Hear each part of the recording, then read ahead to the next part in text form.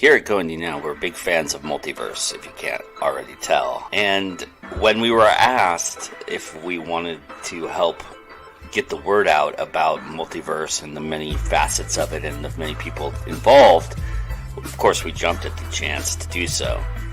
And in doing so, we've created this great show for you here that you're going to see. And so, what is Multiverse? Well, here is the great Jesse Adams to tell you all about it. We are a convention for fans from all backgrounds, any fans of science fiction, fantasy, horror, gaming, art, and generally just anything geeky at all. That's been one of the fun parts, is expanding outside of like traditional fandom, and because we realize that like people have different kind of stuff they nerd out about, right? It could be history or science or fountain pens, whatever it is. The common thread is that there's a strong interest in something that you want to share with people. So that's the point of conventions in my book, but also Multiverse in particular, is let everybody get together in an environment where everybody feels welcomed and included, like genuinely included. And it happens every October, third weekend of every October. This year it's October 20th through 22nd. In Atlanta, which I figure most people know, at the Westin Atlanta Perimeter North. All the stuff's at multiversecon.org. For this episode, we welcome in Rachel A. Brune, who is a horror author and publisher at Crone Girls Press. Rachel has vended in the dealer's hall and been a panelist, so we will pick her brain about all of that tonight. Same goes for our second guest tonight, fantasy author Kevin A. Davis, who also has both perspectives to share with us tonight in vending and panels.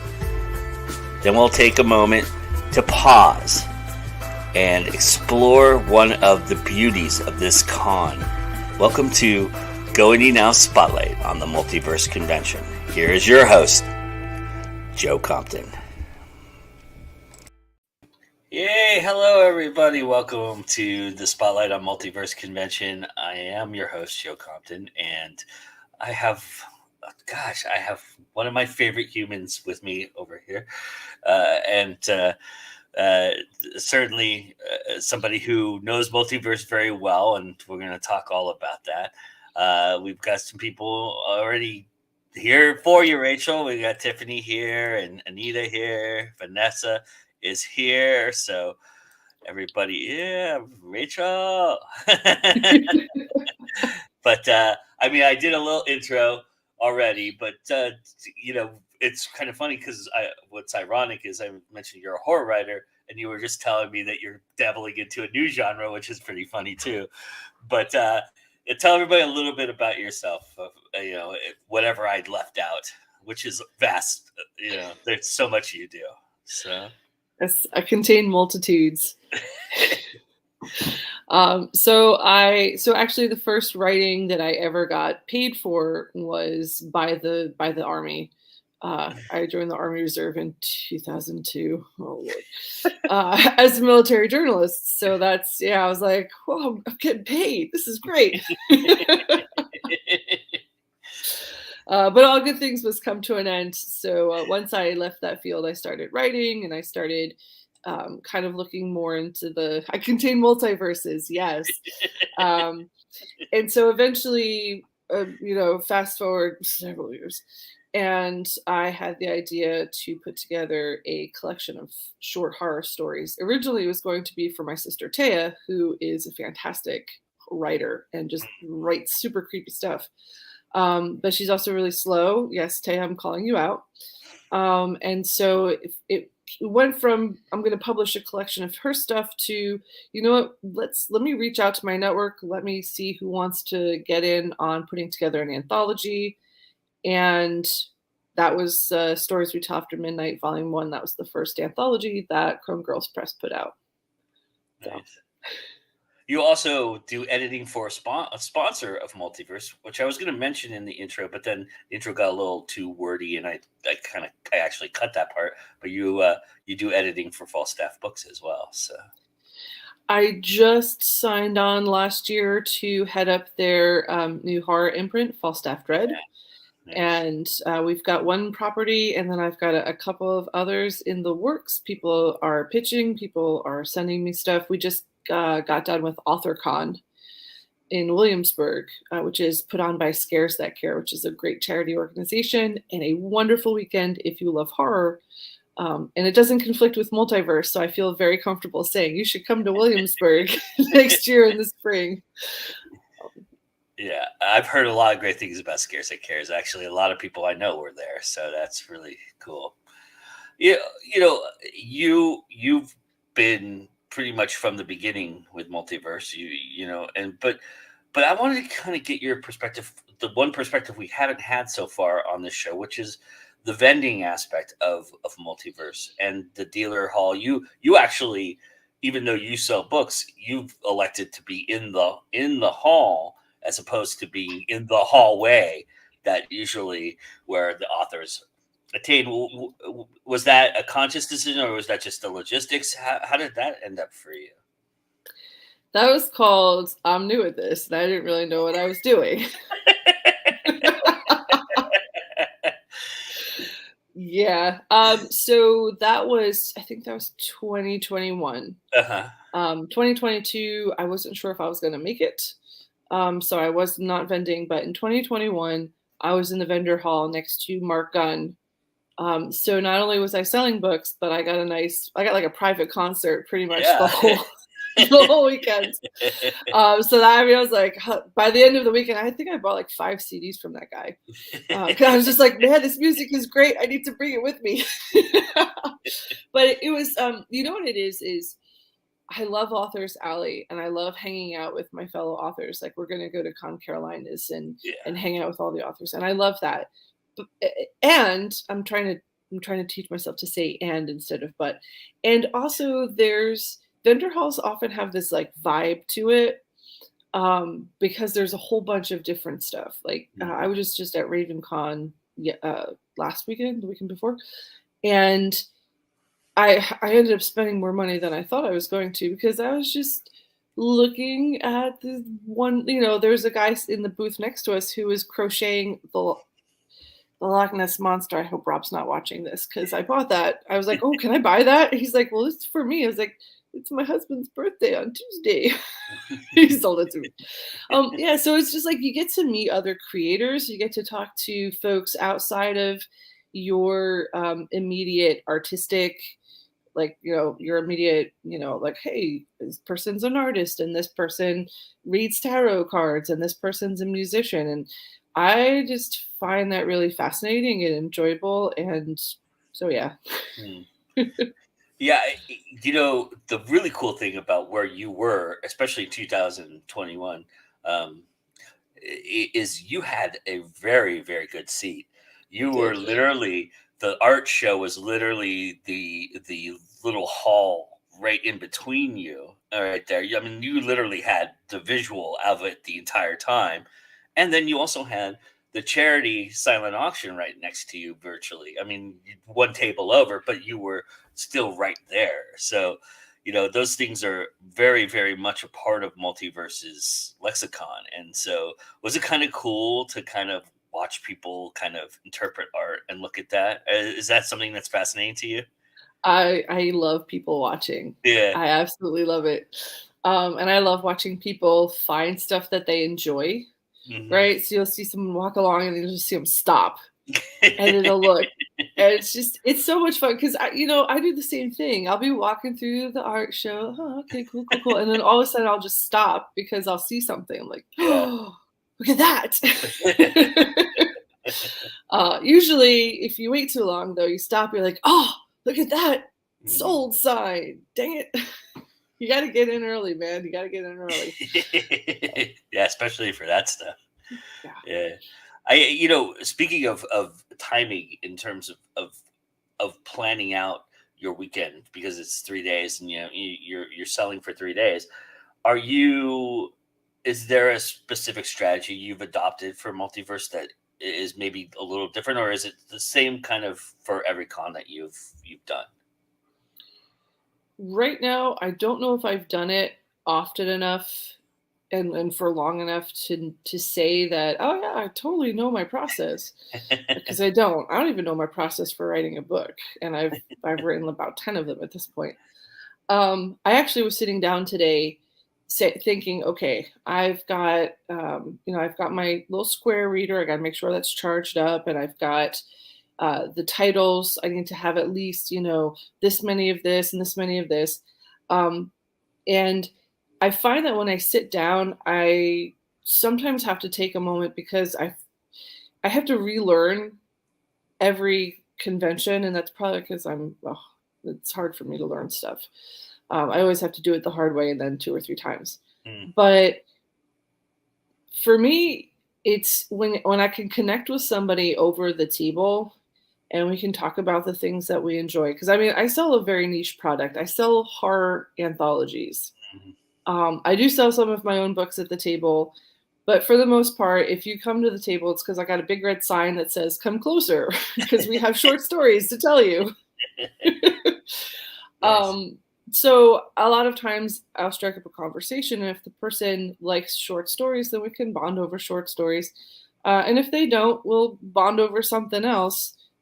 Maybe not for as long, because I'm going to want to send them to, if they like, I don't know, if they like classical music, I might send them to Darren Kennedy's table. You know what I mean? Yeah. Or if they like redneck monster hunters, I'll send them over to Falstaff to pick up some boba. Right? So, but yeah, it's not my comfort zone, like 100% not my comfort zone, like talking to people and all of that. Yes, beware writers. It's not anything that I feel like I'm good at.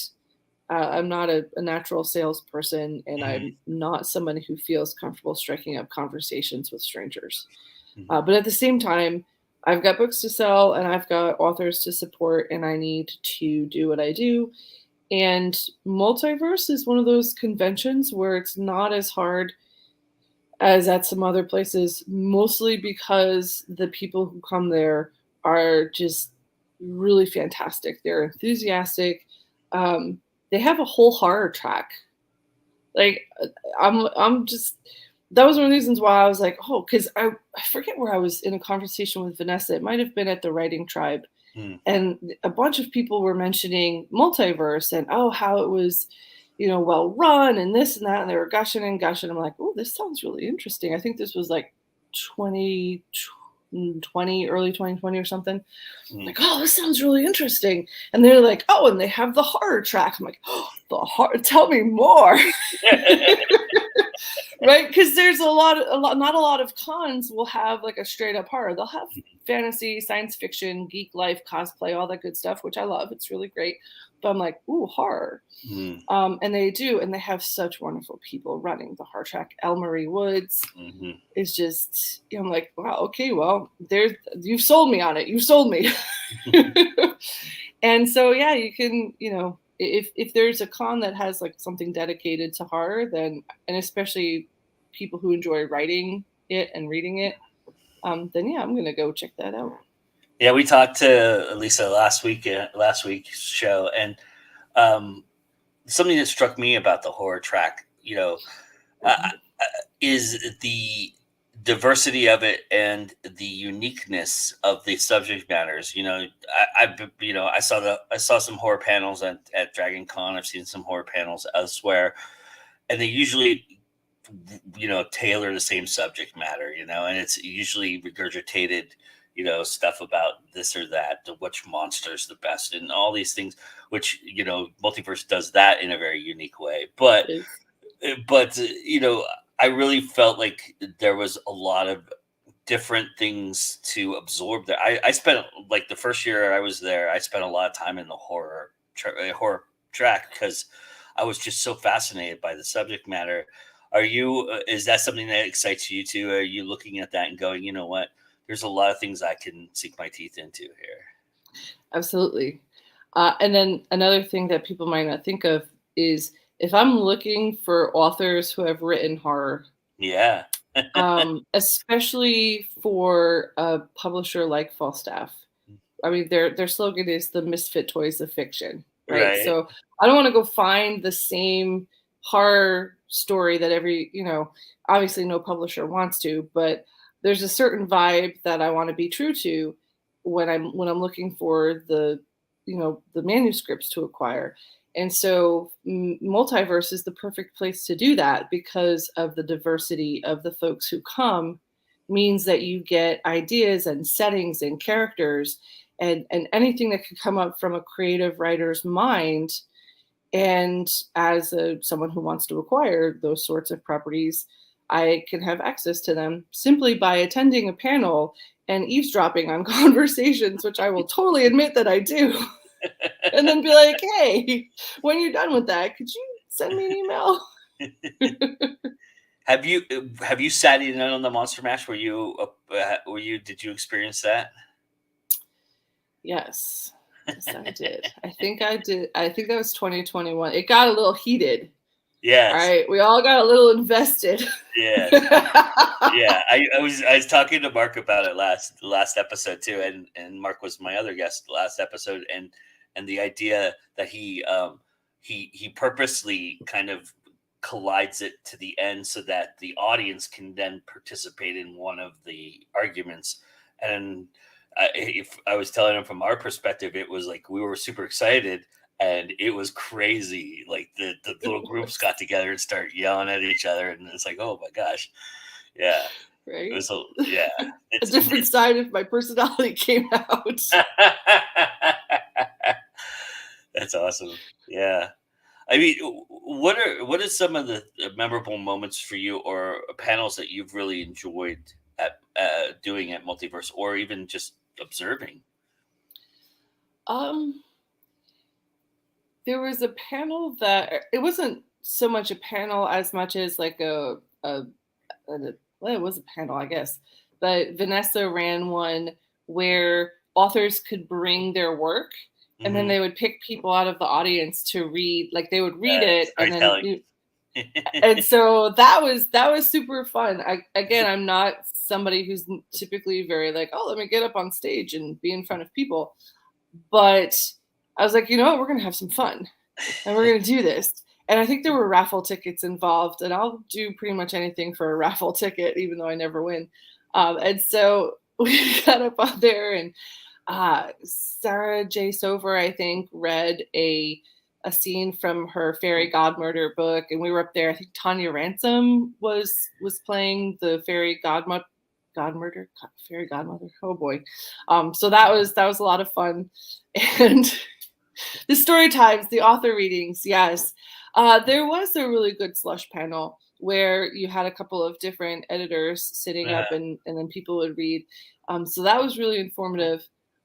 There was a couple of, the Monster Mash panels were really good. One of the things they have, it's never like super crowded in there, but one of the meetups they do is they do a veterans veterans meetup. Mm-hmm. So like if you're a veteran military, you can go and hang out, and we were chilling and swapping war stories. And if you're a writer and you want to know about something, you can come and ask a question, or it's just us shooting the breeze. I went to one meetup, and I should have gone to several others, but there's so much going on, and that's my goal this year, is to do some more meetups, and then also, and I say this every year, hopefully this will be the year that I spend some time in the craft room and actually create something. Yes, that was so much fun. Oh my gosh. So my friend Carl came, and he brought his daughter, or one of his daughters, and she was just having a blast. Like, and it was funny because he was like, how much, I was like, you should go in there and make some stuff. It's really fun. He's like, okay, well, how much are supplies? Because usually there's a fee. And they're like, no, take whatever you want to work on. Like, what? I was like, that's the best idea ever. Because think about it, you bring kids to a con, and if there's not a specific kids track, it can get kind of boring. The kids like to play dress up, but that only goes so far. So like having a quiet room, having a meetup room where you could just go and hang out, having a craft room where you can just go and take some yarn or painting supplies or just do whatever you want to do, draw, color. I think they had pet rocks. You could paint a pet rock. Yeah, that was genius. I was like, that's awesome. Let's talk a little bit about you and where you're at and what you're doing, because like for people, people who know us, and there's a lot of them in the chat. So there's no secret. Side Roads was one of my favorite books. I think of 2021. I think it was, or 2022. 2021, right? 2021. Yes, 2021. Yeah. So yeah, it's something that's very struck me about your writing and the way that you craft a story. And I'm kind of curious about this from you, is the effort that you put into the very first sentence that I think is such a lost art, especially in horror, because I think in horror it sells it more than any other genre. That first sentence grabs you. If it shakes you, trembles you, or moves you somewhere, or false flags you in a way that you're ready to get into a story, and then all of a sudden it all goes to hell. Is that something you really, really work on? Or is it just something that comes naturally and that just helps the flow for you? I'm curious about how you approach that first sentence. It's a little bit of both. Sometimes that first sentence is what sparks the idea. Sometimes I have to cut a little bit off the top to get to turn that into the first sentence. Mm-hmm. And then sometimes it's part of the revision process. But a lot of times it comes up front, especially with the horror, especially with the dark fiction. A lot of what will come up first sometimes, and then sometimes I'm like sitting there with a hammer and chisel going, where's the idea? Where is it? It's in here somewhere. But a lot of times it'll be that idea. A lot of times it'll be that, everybody likes the twist at the end. Yeah. I'm like, that's great. You can also put a twist at the beginning. You can put a little paradox in people's minds and like just set that question in their heads. Is what I'm about to read real? Can I believe this narrator? Or, oh shoot, we killed somebody off in the first line. Who else is gonna die in the story? Right? And to me, I think any genre that's really important is to have that intriguing first, opening hook. And like I said, it doesn't always pop up. Sometimes I'm just like, digging and digging and digging, and I'll dig the entire yard up and find one tiny little bone. I mean, I've asked you this before, and this will be a repeat, but for people who are watching this for the first time, is short stories really your comfort zone? Do you feel like that's your wheelhouse? Do you feel like, because for a lot of horror writers, that is their wheelhouse, because we all grew up on Poe, we grew up on Lovecraft, we grew up on things that are, Kuntz and Shirley Jackson. Yeah. So, I mean, is that kind of, do you feel like that's your comfort zone? For now. Yeah. I've written longer, and so I've written the Rick Keller series. The first one, Cold Run, actually came out from Falstaff. But I feel like I feel more comfortable writing longer in other genres. So like Cold Run was like basically a supernatural spy thriller with werewolves. Horror, I haven't attempted a horror novel yet because of the fact that I do feel much more comfortable writing short stories. I think probably because that's mostly what I've read is short story anthologies, collections. I grew up reading, like you said, Poe, Bradbury, lots of Bradbury, Mark Twain, Shirley Jackson. Short stories are like I said, kudos to the novel, but short stories are just, you can play, right? You can play. You could write a couple thousand words of what you think is going to be a story, and it doesn't work out. You're like, okay, well, that's that's a few thousand, and maybe someday you'll turn it into a flash fiction, right? Because there's a couple paragraphs in there that are really working for you. If I want to try a new genre, most of the time it's going to be, hey, let me try a short story. Yeah. Let me try and write a science fiction short story, Yeah. about uh, dystopian managerial techniques on Mars.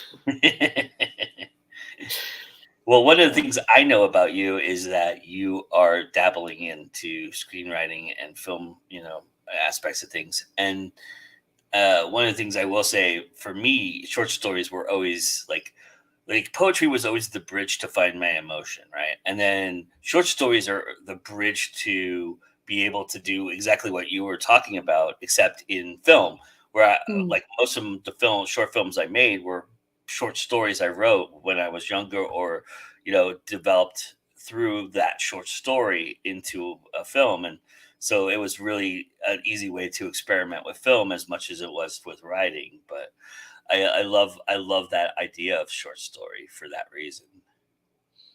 Yeah. And that's a whole other, films. And I think that's why I started writing more, is because film is such a collaborative process. Yeah. And I when I was making, student films while I was at NYU trying to figure that out, I wasn't really ready to collaborate Hmm. creatively. Like I mostly did sound on my friends' student films, Hmm. which I really liked because I could schmooze and then, oh, it's time to hold the boom again. But now, like you said, I'm looking back at it because I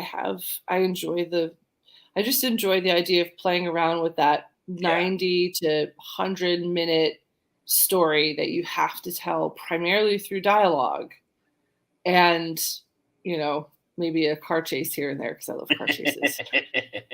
So yeah. Yeah, that's awesome. Uh, you know, so how's the foray into working for a publisher been for you? You've always had your own thing going on. So how have you enjoyed that process? Is it a little different for you? And how has that kind of, do you feel like you're a better editor because you're working for somebody who has a structure and a set way in place? So I'm super early in the process.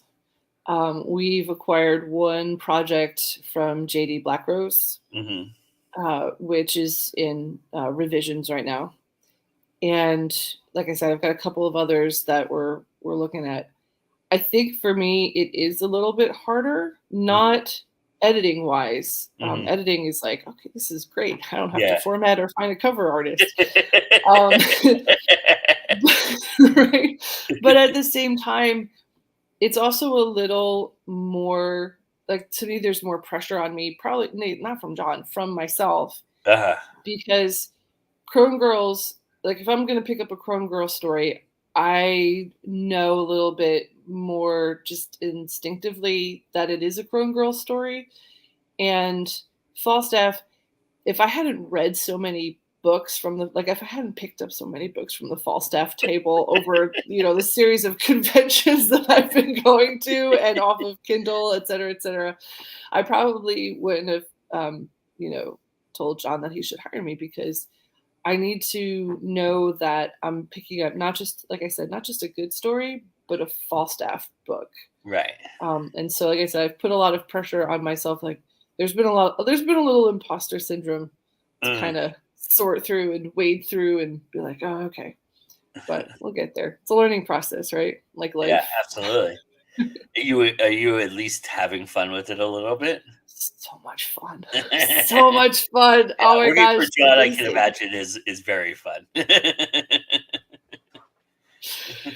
Whew, yeah. And here's the thing. I love working in like a coaching and mentoring Yeah, capacity. And I think that's why I really love editing. yeah. Um, so I mean, it's really rewarding when you get to talk to people. I mean, I always appreciate it because I still see myself as being very, just having started, Mhm. as a writer. And I always appreciate it when somebody like John or like a couple of other people who have been generous with their time and knowledge and attention, because you have, when they will give that generously and freely. And so I'm like, if I want to be part of a community that's going to have that as its vibe, then I also need to do the same thing. So Awesome. Well, I really appreciate you taking the time to come talk to me. well, thanks for having me on. It's always great talking to you. And Rachel says that's what I love about editing too, or Vanessa says that's what I love about editing too. But tell everybody where they can check your books out and check you out, and and where they can come find you. Where your path is leading to in terms of cons in the future. So if somebody out there is watching this who wants to pitch a horror to you for Falstaff, where can they find you at? So if you want to find me online, I have a linktree/Rachel A. Brune.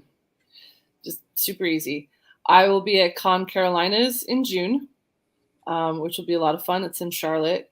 And then I will be at Multiverse in the fall. Nice. I will be attending Dragon Con as a fan. My spouse and I are planning on having a lovely vacation, but it could be a working vacation if people have something that they'd like to find me and pitch to me. Mm-hmm. So. Be at the Westin, having a drink or two. Yes, I will. That's exactly where I'll be. Nice. Awesome. Well, thank you, my friend, for being here. Really appreciate it. We're gonna take a little break here with our sponsor for this evening's show, which is Chaotic Good Fitness, and you can check them out. And then we'll be right back with Kevin A. Davis, which I'm really excited to talk to. So we'll be right back, everybody. Regardless what's out there for you, your body is your temple. Isn't it time for you to take control of your own fitness and well-being? To tell your story.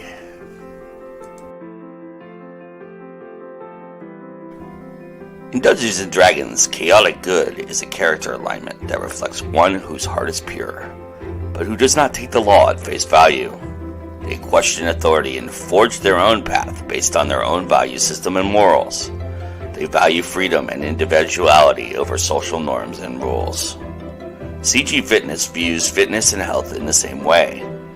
We are client-centered, body-positive.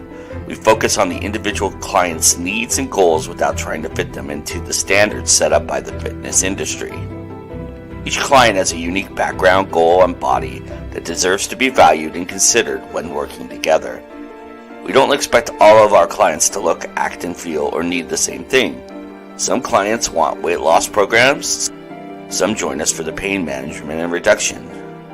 Others have worked with us for pre-surgical body change needs. No matter why you come to us, we will find a way to help you level up.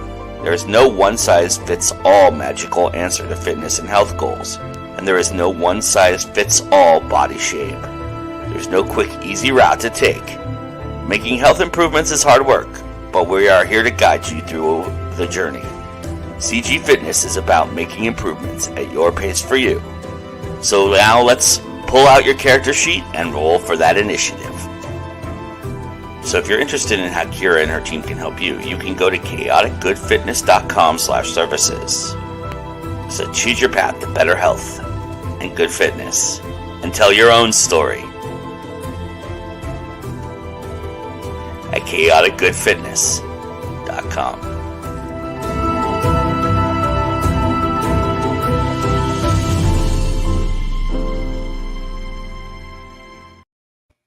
And we are back. Welcome back, everybody. And I'm joined by the awesome Mr. Kevin A. Davis. Hello, Kevin. Nice to meet you, sir. Nice meeting you, Joe. How's it out in California right now? I'm sorry? How's it out in California right now? Good weather? Hot, man. It's been hot. It's crazy. Yeah. We're up here in North Florida, and we're still doing some cool mornings. I'm loving it. Oh, I miss those. Those are nice. You get the little breeze going and everything like that. And are you in the part of Florida? I've always found this fascinating about Florida for me is being there at 4:00. Every time I've been there at 4:00, a rainstorm just falls on my head for about 35 minutes and then clear skies the rest of the night. You know, that's where I used to live. I used to live out on South Florida, and you could clock the day by when the rain would roll in off the ocean, and every day the same time. No, I'm up north now. I'm like almost Georgia. Oh yeah. Which is what I love because I can get up to Atlanta now. Yeah, right. Carolinas, I can get places real quick because it's like a day to get out of Florida, out of South Florida. You're driving the whole day just to get there. So yeah, up here in North Florida, sort of middle of the, not quite to the Panhandle yet, and you never know what the weather's going to be, but it's nowhere near as rainy as South Florida. Man, that was nuts. You just, the Sunshine State. What did you, that's a marketing. That's good marketing. Yeah. But that is cool that you have access to all the, because the con circuit kind of runs right through that little U right there for the most part, going back and forth, going up to Carolina and then coming back down to Atlanta.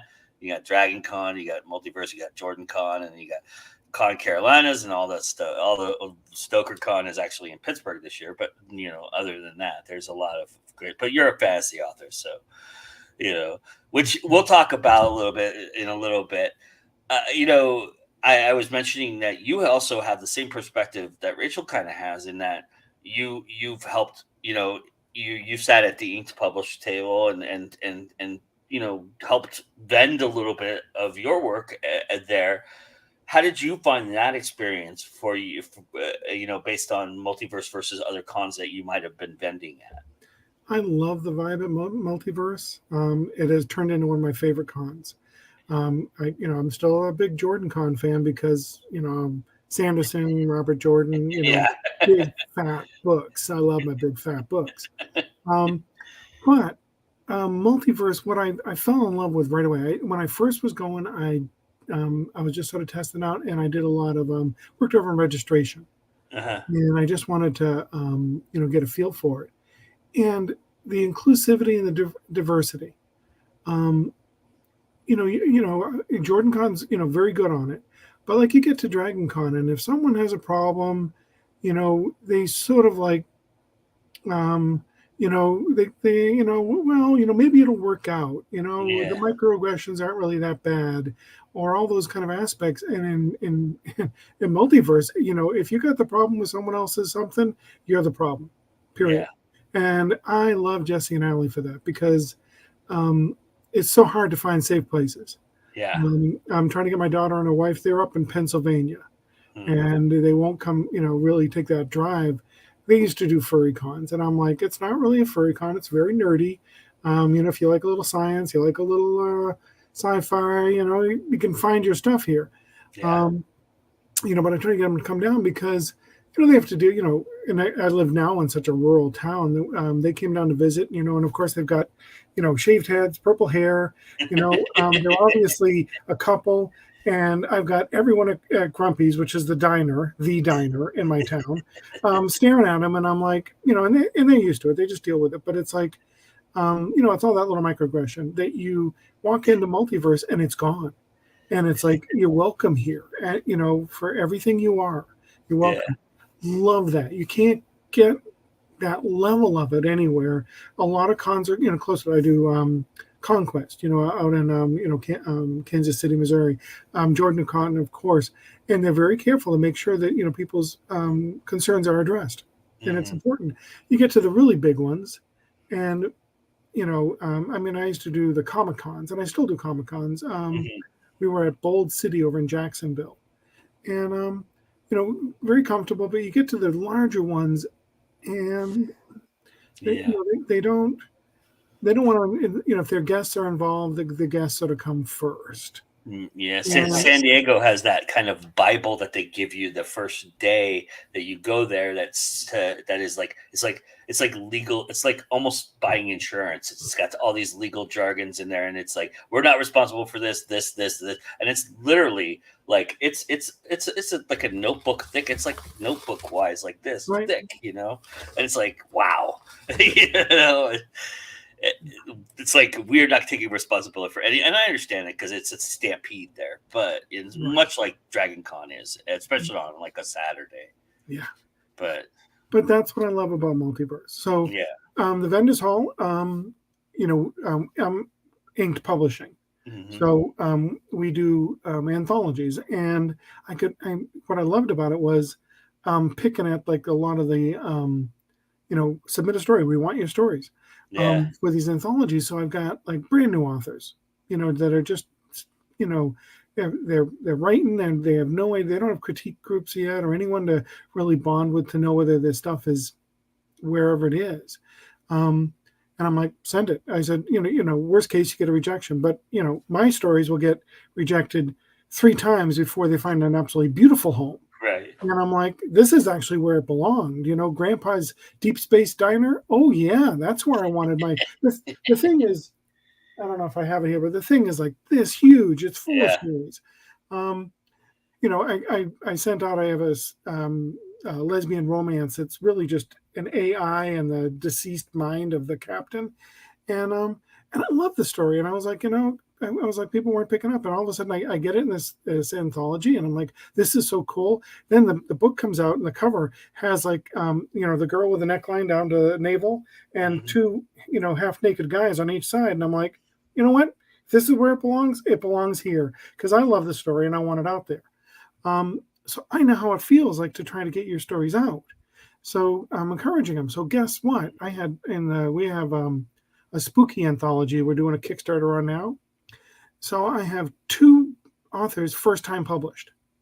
And their stories are fabulous. That's awesome. The stories are fabulous. One of them is a friend of Jancy Patterson, and I swear to God, she must have had Jancy helping her, critique this thing. But it's just the funnest. But the editor actually put her story on the cover. We have 3 cover names.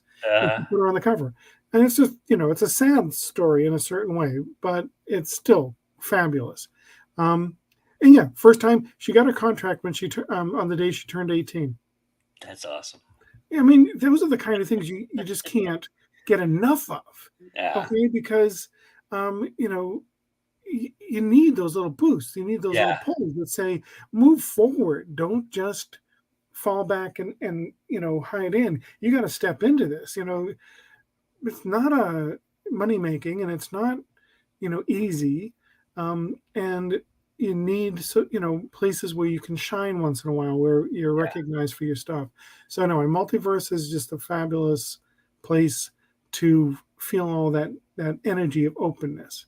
Is that kind of the unique aspect of it, though? Is that the artistry is very present at Multiverse. People who are there are usually very artsy. They're into art. Yes. They're not just into writing, but a lot of them probably dabble in writing. I'm sure you have a dozen or so, probably 5 dozen conversations over the weekend about, trying to pick people's brains and people pitching to you and ideas like that. Is that kind of the uniqueness of it for you, sitting at that table and kind of, because I would imagine at like a Jordan Con or even a Dragon Con, you're selling to that crowd because what they like, and you're trying to sell that. But at Multiverse, it's more of kind of this community aspect of it, right? So people are probably more selling you than you're selling them at that kind of idea. The beauty of creativity is that it comes in so many ways.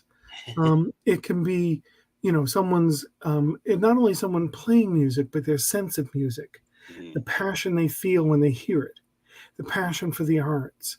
So for me, nerdism, okay, my passion for, Robert Jordan or Brandon Sanderson, got so many now. I just started getting into Lee Bardugo, and I'm like eating through her books. Nice.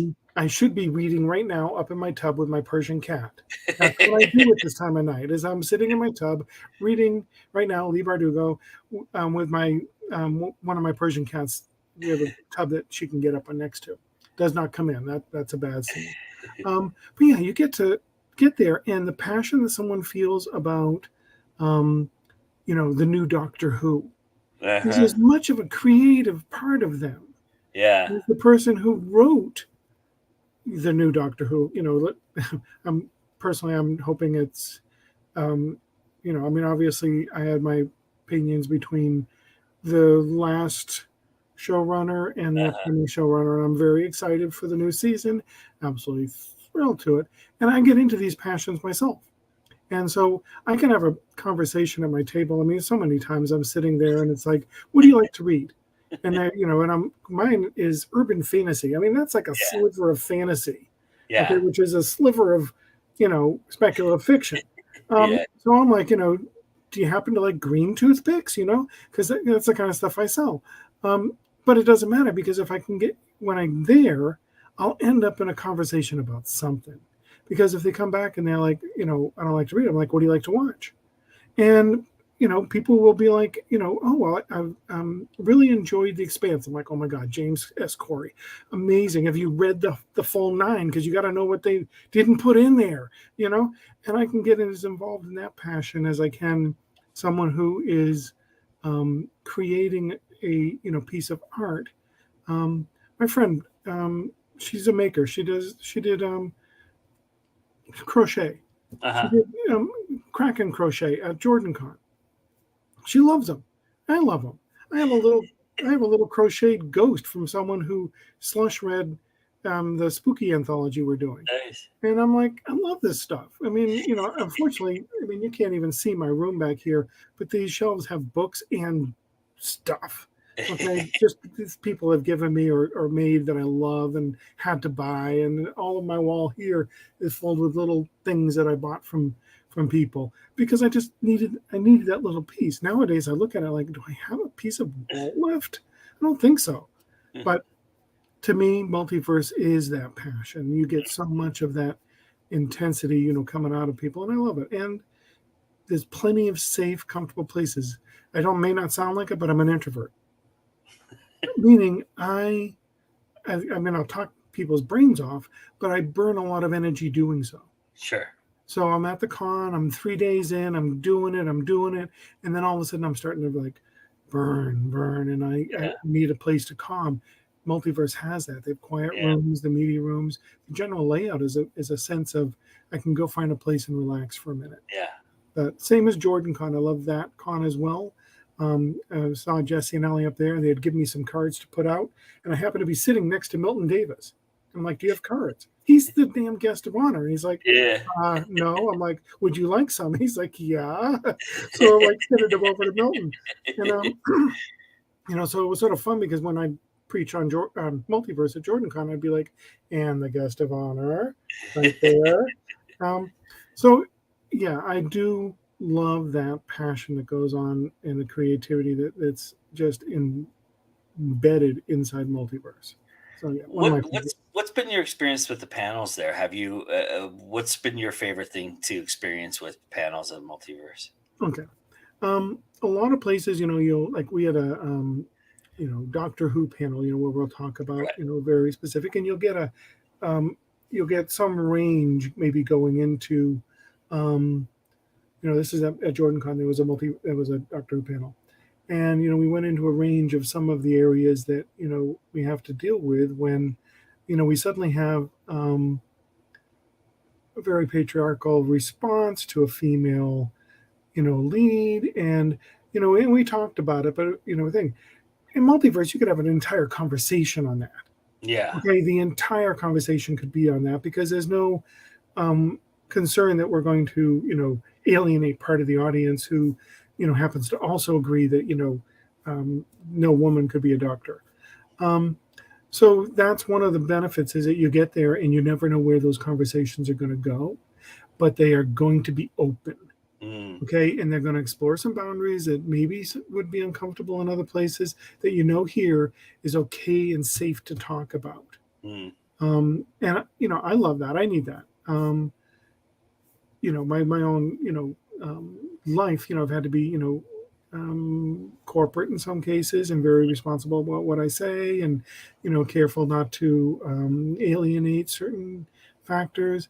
And I don't have to do that anymore. I own a bookstore. I bought a bookstore just so I could put my books on a shelf, here. No. We moved to North Florida, and I have other businesses down south. And I was like, what are we going to do here? We don't want anything anyone's going to return. So we have used books. You didn't like it? Really not a problem with the book, okay? I mean, talk to the author, talk to a friend about it, So there's no returns or anything, but we love having this bookstore because we get to do some little things. We're actually running a music and arts festival coming up next January. And we have 2,000 people in town. So, guess what? We have a game night. So game night turned into a really cool D&D game, which turned into a super secret Wednesday night D&D game. And now we have a little group of cool people that we hang out with that, aren't as conservative as, some of the others. So we end up with a, little piece of ourselves. Was just one of the things that, when we came up here, we wanted something that we would do and enjoy. I went up to Tallahassee today, dropped off my book. One of my series writes in a Railroad Square art district. Uh-huh. So I mentioned, Crumbbox, and I talked to Pete, and I had talked to Pete before I wrote the book about the area. So then I put him in the book. And my voice actor goes up to Pete in Tallahassee and says, I was saying your lines, and he doesn't even know I've written them in a book. So he's posting on Facebook about this, and I'm like, oh, crap. And I'm typing him saying, Pete, I'm going to bring you a book, I swear. So I brought him a book, and he mentioned everyone else in there that I wrote in there, Square Mugs Cafe and the Fat Cat bookstore, that I wrote them. And they're like, oh, this is so cool. I'm in a book. And I'm like, right, Pete. So I just went back up there with more books because I feel bad. I write you in a book. I probably should give you one. Yeah. Right? It would only be fair. So anyway, that was our day today. We stopped off at Midtown. It's a bookstore and piery, meaning they sell pies upstairs. We did not go upstairs. We're both not trying to get any larger, but they look delicious. But anyway, I love little bookstores like that. I love places, and we always have, and that's one of the reasons we did it. And so, we have a fun little place. Yeah. Downtown Madison, right next to the Grumpy's, the diner. Nice. If you ever in downtown Madison, you got to come by and check it out. Absolutely. The music festival. I'd love to see what that's all about. That sounds. If you're ever in downtown Madison, you're lost. Okay, we're like nowhere. We're on the way to Valdosta for trucks that are carrying, half a pine forest in our truck. That's where we live. But we love it because it is quiet. It is beautiful up here. I mean, I got azaleas, I got wisteria, I got things popping up all over. I get to take really cool pictures, post them up on Facebook, and yay, spring happened. So I love the area. I am very used to South Florida. Culturally and sort of like I don't want to say politically, but just in a mindset, and it's very different here. But there are a lot of cool people still. Yeah, so, it's definitely not California. Yeah. Well, California has its little niches too, like that, but those are very tiny compared to Florida. They're much more pronounced. Yeah, the lady next to us has life-sized Ron DeSantis cutouts in her front window. So some things I can doodle on then. Do not get me started.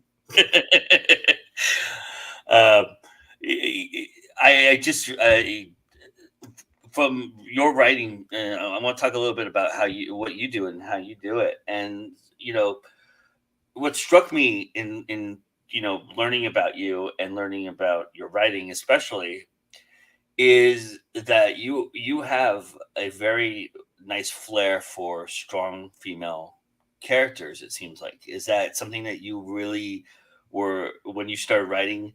Was that something that you were really aiming for, or is that something that it just kind of came to you and you kind of ran with it and felt like you were pretty good at it? When I'm thinking of certain scenarios, I sort of go with whatever I have. So I do some shorts. I got like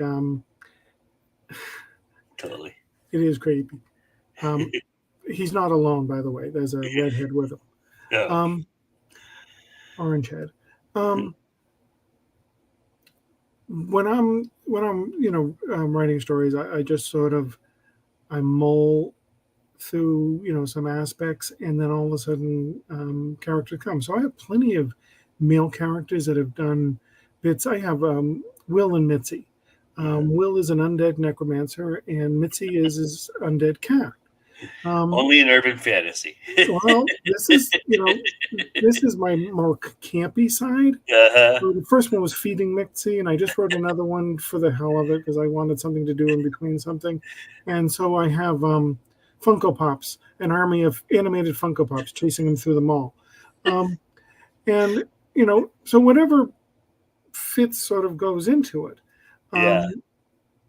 In the one I'm working on now, or I have two that I'm sort of messing with. Atlanta's Guide to Cryptids, DRC. It's and I went through a couple different characters, and the one that caught me the most was a mother. And that's sort of who I ended up sticking to. And so she's, estranged from her daughter, who has some very special powers, and she's chosen the police force, so she ends up in this thing. It wasn't like I came off and said, okay, what can I do with another woman? It was much more of when I was working on the piece, I wrote in some characters, and I started to look at this team, and then I, was going through where some of the conflicts that I could bring, were. Mm-hmm. And Finn, I definitely had a conflict there, but it wasn't as strong. Marie just didn't have a lot of it. She's a dragon shifter. She does have some arc conflicts in the back, but it wasn't as strong, and she was the lead. So I had less conflicts for her personally and professionally. Mm-hmm. So I ended up with this mom who is separated from her daughter and moves even farther to come to this job, and she's new on the team. And I said, okay, I've got tons of conflicts here I can work with. I can do it. So I end up with another female character, and it wasn't specifically, David's a vampire, and he's a bit campy, very snarky, and again, you can barely kill him, so it's not like there's a lot of threat to his life, those kind of aspects. So I was like, I am going to write. I started a little piece where I'm going to be doing a journal from him, like way back in the time. So cool. I'm going to do little shorts and do freebies in between. Nice. And yeah, I chose David because he's good about this much, but he's like too much for too long. So, but he's always snarky and making jokes, and he's a trickster and all that stuff, and he's fun, but more of a sidekick than a main in my mind, in what I wanted to write. Sure. Which is the perfect kind of character to kind of branch off and do little vignettes and things with. Exactly, a little tiny bit. So I don't necessarily start off saying this is where I'm going to go. In a lot of my earlier books, I definitely had a lot of male characters. I remember coming to Jordan Con with, I really didn't know what I was doing. I had this guy out in the desert by himself, for 3/4 of a book. Okay, I mean, some people can pull that off. Yeah, I am not one of them. Okay, I mean, he grows up and becomes very powerful and everything else, but oh yeah, it just inside his own head doing all these things, and it was like, no, you need to talk to some people once in a while. And I had him talking to his dead brother, but that doesn't quite count because the brother didn't talk back. I mean, I could have done that. Nowadays I'll probably go there instead of anywhere else. But for me, it's not something that I necessarily do. I tend to look at a cast as a team, and then start picking out who and what I would want to do it. And I look for the person I can have the highest conflict with. In Anji's case, which is White's Wrath and those, I had actually started more of a fantasy, and I was looking at these aspects, and I wanted someone who had been orphaned but not orphaned, and actually kidnapped. And when I came around to it, it ended up being Anji because I needed a little more snarkiness to it, and but they were an assassin, and I didn't want it to be too serious. Nice. So I wanted a little lightness, and that sort of worked well with that character. So I may have a bias, and maybe I'll look at that with a therapist someday. But for right now, it's sort of what like runs in my head when I start digging through is I pick who I think is going to have the most to offer Mm-hmm. to give stake characters and give all these aspects. So yeah, I definitely don't start off with that premise, but I've definitely been trending. One of my other favorites that's never come out is Van, and she's a foul-mouthed drinker on a steampunk airship, and Nice. and people are like, oh, we love Van, Yeah. and I just never got back to doing much of a series with her. I killed it. I went into this place that just sort of killed it, and it wasn't right. But the first book was like fun, and I'll probably go back to her someday. So yeah, there's got to be something there, but it definitely isn't planned. The first book that I actually did with her, someone else was the lead, and she became the side. I didn't like that first book. I have a lot of books in trunks. Mm. Okay, there's probably 15 books that are never going to see the light of day. Van might, but she wasn't the lead. It was a very morose guy who was going to die at the end. Mm-hmm. And so when I was done with that, I was like, yeah, I need to go someplace a little lighter on the next book because that was sad. But he killed the big bad. I mean, he destroyed the big bad, but I just needed something light. And Van was like, the whole time she was light. And I'm like, let's go with Van because she was fun. So as a Jordan Sanderson person, Mm-hmm. do you have one of those big books you're talking about that you love in you? Are you looking, because typically urban fantasy doesn't lend itself to that aspect a lot of times. Right. I mean, those are usually, you break those up into 6 or 7 into a series, but I mean, you could still do that with the bigger books too. But the bigger books, are you clamoring to do like an epic fantasy kind of idea? It's one I did first. I wrote 9 books. Okay. All in one world. And I actually built the world. I know the timetable for the moons throughout the centuries. Uh-huh. Okay. I had the magic system laid down. I wrote stories about from when the Big Bang happened and how they traveled and became the other nations. Okay. I spent a lot of years building this world. I have a 3D globe of this world. Okay. Then I got some map to globe thing I got to work, and I was like, oh, look, I can see my world spinning. Oh yeah, and I was all over that. And my wife had to go through some of it, and one of my friends did, and I will never subject anyone, but absolutely my worst enemy, to reading that. And could I go back to that someday? Sure. Yeah. And was it huge? Oh yeah, these were like 120,000, 150,000 word tome books that were good for fantasy size, and there was like a whole bunch of them, and I mean everything was happening, and I had probably a cast of 20 main characters that would go in and out of the books and all that, all the spot, and it was based on a couple that were going to have a kid that was going to kill the big bad. That was the whole thing, but I had to get you there in a really long way that no one should ever read. But did I have fun with it? Yeah. And it helped me get words out of me. Yeah. And then I met people. And it sounds like it built a foundation for you too. So. And I think you just need to get a lot of words out. Yeah. And however that happens, but eventually I met a guy over at Florida Writers Association and said, so who's reading your stuff? And I'm like, I don't know, wife, when I can force her. He's like, you need a critique group. And then things really changed. There you go. Dragon Con, Jody Lynn Nye's workshop was great for getting a critique group. We still have our members. We have a monthly meeting. We have a critique group out of Jordan Con, which is great. Mark Beard set that up. And I have there's, I don't know if you know, David Farland, Apex group. So out of his, we got a small brainstorming group. We still meet weekly on that and just sort of brainstorm. And it just helps because you get your ideas out there, and you see where you're going to go and get rid of the really, really, really stupid stuff.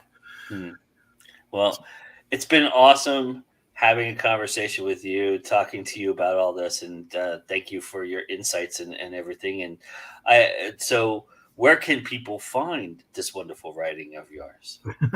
I do Amazon and ACX. So Christine's working through book one of first series is done. All ACX, Kindle Unlimited, Kindle. You can get it off Ingram, so you can get it at bookstore or bookshop. You can get it at Barnes and Noble, off of their online things. I won't give them the return rates or anything to let them put it in their stores. I just don't care that much. People order online. I do most of my sales Kindle Unlimited. Nice. Most of my stuff is just I write fast and I'm not looking for the depth. So so people just can eat through them, and they do. Yeah. And that's what I mainly focus on. Nice. And you can find them at my bookstore, Madison Used Books in downtown Madison. Come on by if you're ever nowhere else. Awesome. If Well, you're thank you. flying by I-10, we're right there. All right. Awesome. Well, thank you, sir, for the opportunity to talk to you. And I look forward to sitting down with you in October and hanging out. Sounds good, Joe. I appreciate it. Thank you. Are you going to Con Carolinas? Con Carolinas. June. Am I? No, I think I'm Con Carolina. I believe I might be at Conquest. I'm a vendor. Oh yeah. That's the same weekend. Yeah. I'm a vendor guest at Conquest, Atomicon, Nice.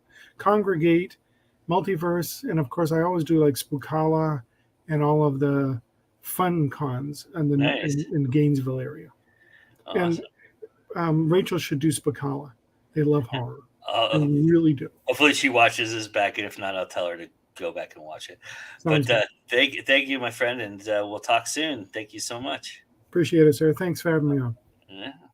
And we have Kevin actually helped me segue this a little bit because he mentioned this, and in one of the great aspects of Multiverse, we have another great highlighted aspect of Multiverse that I think it's not a unique aspect of Multiverse, but the way that Multiverse brings it about is very, very unique. And it is just another reason why Multiverse is just so manageable and so wonderful to be a part of. And so here is reason 1003 to attend Multiverse. It is the SBR. Now, reason 1003 to attend Multiverse. The Multiverse Sensory Break Room. Its purpose is to provide a peaceful, specially set-aside space for Multiverse attendees experiencing anxiety or sensory overload just to calm down, rest, and regroup. Materials that are often found in the SBR, but are subject to change, are weighted in regular blankets or individually wrapped earbuds, a white noise machine, and adult coloring books and other books for quiet activities, along with bottled water. It's a great place to just get your senses and bearings about you, take some time, take some breath, maybe even meditate a little bit. And in that spirit, we'll have this moment of Zen to celebrate one of the great charms of the Multiverse Convention, the Sensory Break Room.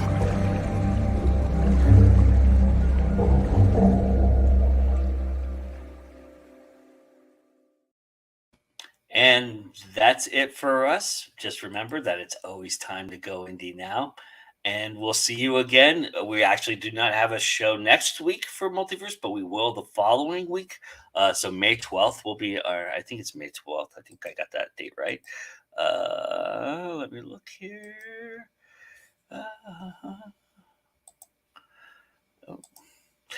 May 12th. We'll have our next show. And till then, like I said, it's always time to go indie now, everybody. Have a wonderful rest of your night, and go sign up for Multiverse. Go do it right now.